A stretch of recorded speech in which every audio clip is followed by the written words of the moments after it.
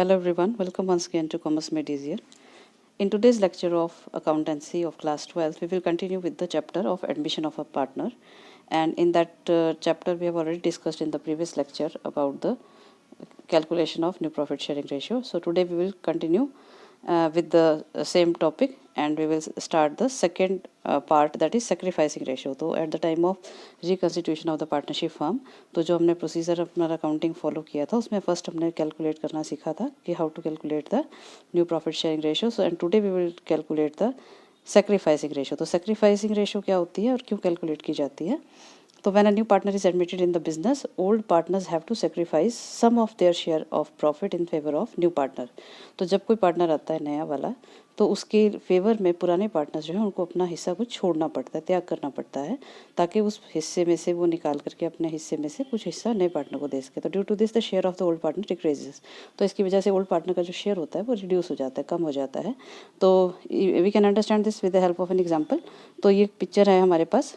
तो सपोज दो पार्टनर्स थे, निक एंड जॉन, और partner sharing profit and losses equally. तो दोनों ही इक्वल पार्टनर्स थे. They admitted Amy as a new partner for 1/3 share in the profits. तो उन्होंने एमी को जो है न्यू पार्टनर बनाया है for 1/3 share in the profits. तो before admission of Amy, the profit sharing ratio of Nick and John was 1:1. Equal partners थे, दो ही पार्टनर्स थे, तो 1:1 वॉज ओल्ड रेशियो. तो मान लीजिए टोटल प्रॉफिट है, या हम इसे ऐसे समझ सकते हैं, मान लीजिए एक रोटी है, तो निक और जॉन जो हैं वो एक रोटी को शेयर करते थे.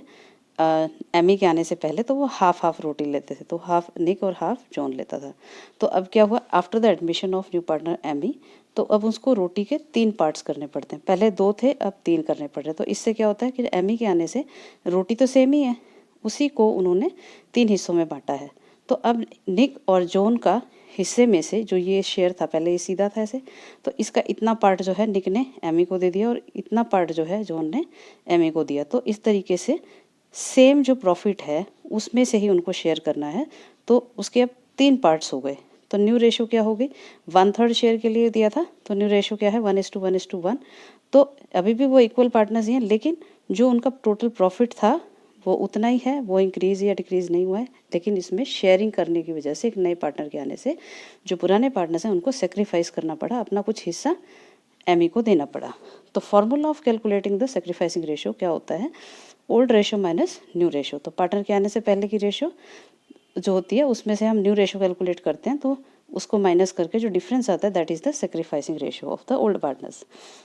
तो अब एक क्वेश्चन उठता है कि ये सेक्रीफाइसिंग रेशियो कब कैलकुलेट की जाती है.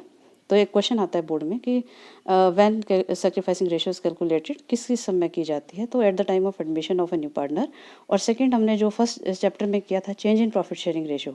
तो प्रॉफिट शेयरिंग रेशियो चेंज होती है तो उससे किसी पार्टनर को फ़ायदा होता है, किसी को नुकसान होता है. तो कोई पार्टनर सेक्रीफाइस करता है. तो 2 कंडीशंस या 2 सिचुएशंस हैं जिसमें हम सेक्रीफाइसिंग रेशियो कैलकुलेट करते हैं, at the time of change in the profit sharing ratio, and second situation is admission at the time of admission of a new partner.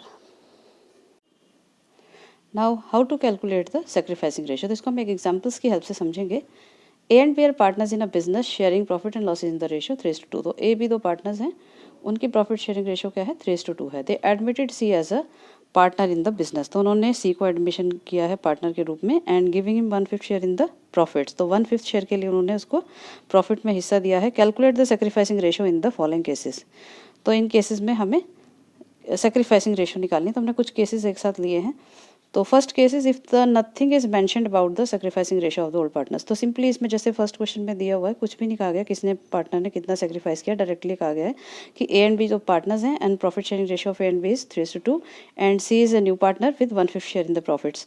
तो 1/5 शेयर जो दिया गया है, किसने दिया है, ए ने दिया या बी ने दिया, ये क्लियर मेंशन नहीं है. तो जब इस तरह से कुछ क्लियर मेंशन ना हो क्वेश्चन में, the old ratio of partner is 3:2 and C is admitted for 1/5 share. So sacrificing ratio in this case will be the old ratio. तो old ratio ही उनकी sacrificing ratio मानी जाएगी. तो अगर आप इसको कैलकुलेट करके भी देखना चाहें तो जैसे कि सी के एडमिशन के बाद जो हमने एडमिशन के टाइम पर प्रीवियस लेक्चर में we have already discussed about how to calculate the new ratio of partners. तो आप न्यू रेशियो कैलकुलेट करके और फिर सेक्रीफाइसिंग रेशियो का फॉर्मूला लगा के old ratio minus new ratio करेंगे. So that time also you will get the same result. तो आपको सेम रेशियो आएगी 3:2 ही, अगर आप उसको नॉर्मल कैलकुलेशन करके भी देखते हैं. तो ये डायरेक्टली भी हम इसको कर सकते हैं कि जब कुछ मेंशन ना हो तो हम डायरेक्टली 3:2 यानी ओल्ड रेशियो को ही उसकी सेक्रीफाइसिंग रेशियो मान लेते हैं.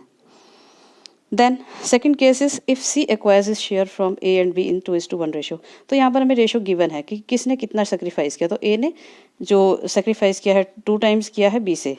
तो in case of sacrificing ratio हम इसको डायरेक्टली लिख सकते हैं क्योंकि इसमें डायरेक्टली दिया हुआ है कि 2:1 इसकी सेक्रीफाइसिंग रेशो है, तो उसको हम डायरेक्ट भी मान सकते हैं। और अगर आप इसको कैलकुलेट करके देखना चाहते हैं तो हम इसको कैलकुलेट करके चेक भी कर सकते हैं कि ये 2:1 ही आएगी या नहीं आएगी।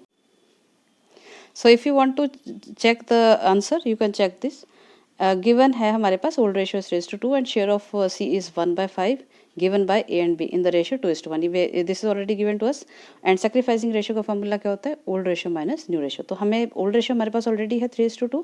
New ratio we have to calculate. तो first of all we will calculate the new profit sharing ratio of the partners. तो A का है जो 1/5 दिया जा रहा है C को, उसका 2/3 जो है वो A दे रहा है और 1/3 जो है वो B दे रहा है। तो 1/5 का 2/3 जो है वो कितना होता है 2/15 होता है और B जो है वो 1/5 का 1/3 दे रहा है, दैट इज 1/15 दे रहा है।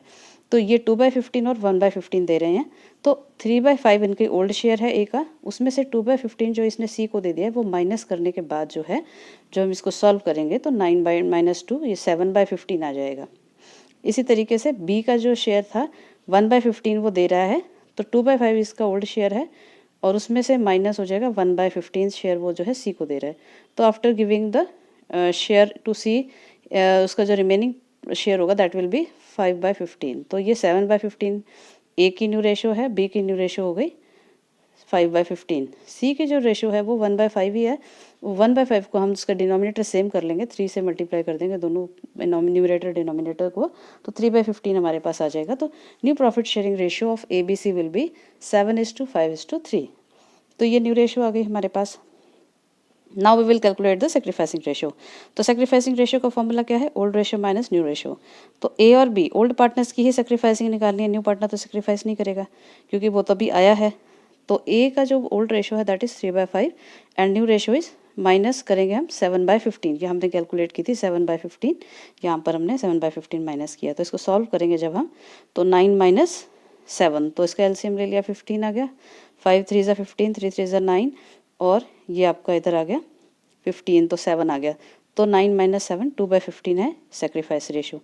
और B के क्या है 2/5 - 5/15, ये आ गया 6 - 5/15, ये आ गया आपका 1/15। तो 2/15 एंड 1/15, तो 2/15 इज टू 1/15। तो ऊपर का जो न्यूमरेटर है वो इसकी प्रॉफिट शेयर ये सेक्रीफाइसिंग रेशियो है दैट इज 2:1। तो देखो आपने यहाँ पर जो डायरेक्ट हमें क्वेश्चन में बताया गया था 2:1, सेम आंसर हमारा 2:1 यहाँ पे आ रहा है। इट मीन्स अगर हम बिना सॉल्व करे भी डायरेक्ट इसको लिख देंगे तब वो गलत नहीं होगा हमारा। हम इसको डायरेक्टली भी लिख सकते हैं कि जो, क्योंकि ऑलरेडी गिवन ही है कि 2:1 रेशो में उन्होंने दिया है इसको शेयर, तो 2:1 will be their sacrificing ratio.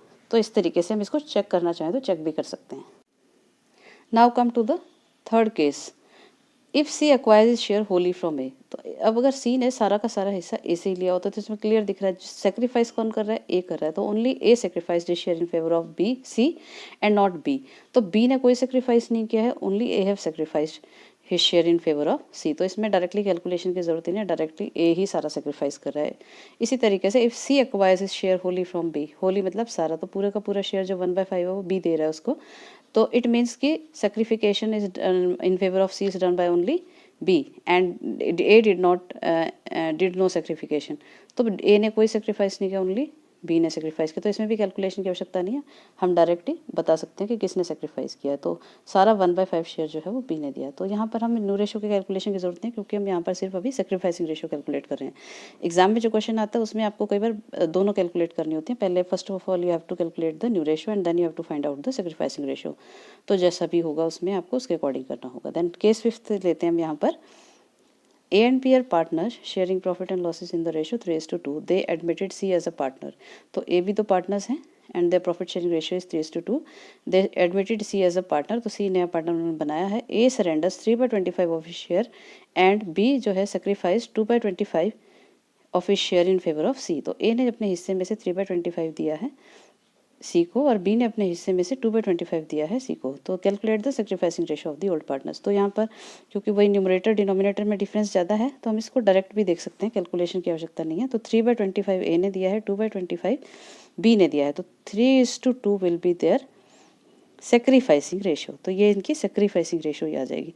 तो डायरेक्टली इसमें हम देख सकते हैं। तो अगर आप इसको कैलकुलेट करके भी देखना चाहें, जैसे हम चेक करके देखना चाहते हैं कि सेम आंसर आएगा या नहीं आएगा, आप उसको वैसे भी करके देखेंगे तो यू विल गेट 3:2 रेशो। तो न्यू रेशो निकालनी होगी यहाँ पे पहले, फिर आपको सेक्रीफाइसिंग रेशो निकालनी होगी। तो दोनों तरीक़ों से करोगे तो आपको यही रेशो जो है, यही आंसर आपका आएगा। तो इस तरीके से तो हमने पिछले लेक्चर में न्यू रेशो कैलकुलेट करनी सीखी थी, और इस लेक्चर में हमने सीखा है how to calculate the sacrificing ratio.